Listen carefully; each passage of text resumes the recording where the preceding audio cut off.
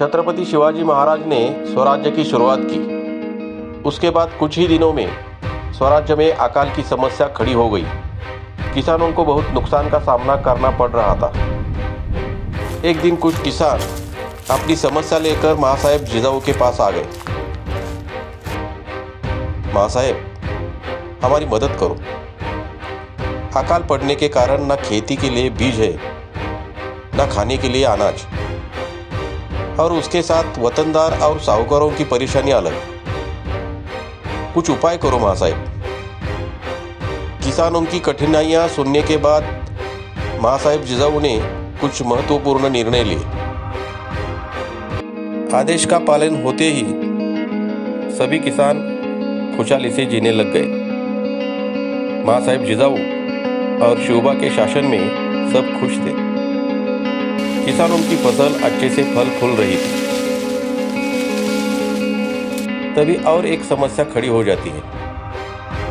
किसान फिर से अपनी समस्या लेकर महासाहेब जिजाऊ और शिवबा के पास आ जाते हैं। महासाहेब, फिर से बड़ा संकट आ गया है। क्या हुआ? हम मेहनत करके अच्छी फसल उगा रहे हैं, पर सियार और अन्य जानवर हमारी सभी फसल बर्बाद कर रहे हैं। कुछ करो। किसान बहुत परेशान हो गए हैं। माँ साहेब उपाय के बारे में सोचने लगती है और वे अपने किसानों को आदेश देती है। हमारे आदेश का पालन आज ही हो।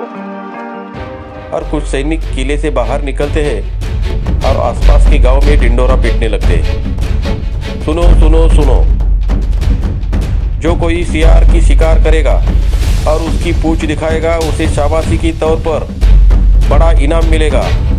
सुनो सुनो सुनो। ऐसे ही एक दिन महाराज स्वराज्य के गांव में से गुजर रहे थे। तभी अचानक उन्हें एक बड़े पेड़ के नीचे एक हट्टा कट्टा मगर जख्मी आदमी दिखाई देता है। उसके शरीर के घाव देखकर महाराज और उनके सैनिक वहीं रुक जाते हैं। महाराज उस आदमी के पास आते हैं। अरे, तुम्हारा घाव तो बहुत ताज़ा है। वे अपने सैनिकों से कहते हैं, जाओ जल्दी से वैद्य को लेकर आओ। और एक सैनिक वैद्य को लाने के लिए निकल पड़ता है। कौन हो तुम? नाम क्या है तुम्हारा? और तुम्हें इतनी चोट कैसे आ गई?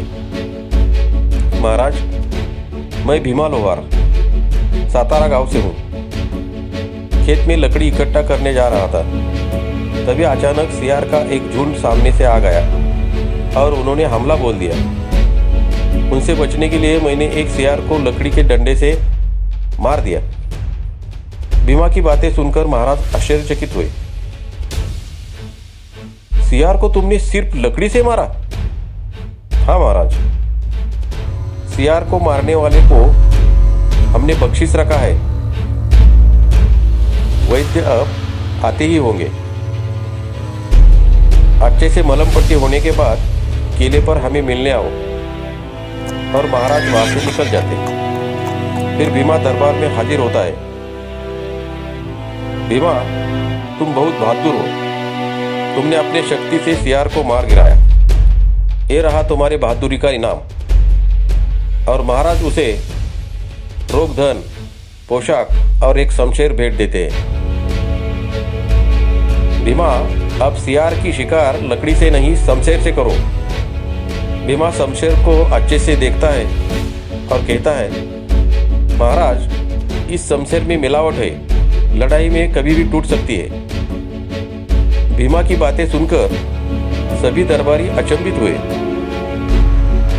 उन्हें लगा महाराज अब जरूर क्रोधित होंगे, परंतु महाराज शांत स्वभाव के थे। उन्होंने कहा, ये लो हमारी शमशेर। इस शमशेर का अच्छे से परीक्षण करो और हमें बताओ कैसी है।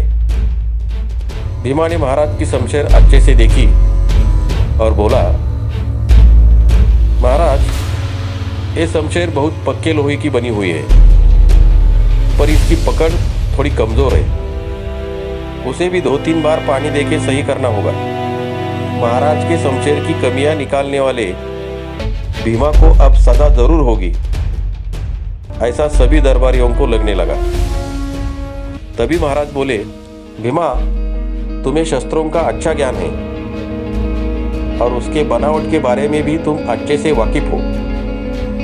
हम तुम्हें यहाँ लोहार ग्रह निकाल के देते हैं, क्या तुम हमारे लिए शस्त्र बनाओगे? हाँ महाराज, स्वराज्य के लिए शस्त्र बनाने में मुझे बहुत खुशी होगी। और इस तरह से भीमा लोहार स्वराज्य के लिए काम करने लगे। इस कहानी से हमें पता चलता है कि छत्रपति शिवाजी महाराज को 12 साल की छोटी उम्र से ही इंसान को पहचानने की कला अवगत थी।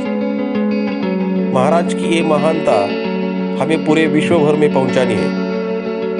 तो हमारे इस चैनल को अभी सब्सक्राइब करें ताकि हमारा इतिहास ज़्यादा से ज़्यादा लोगों तक पहुंच सके।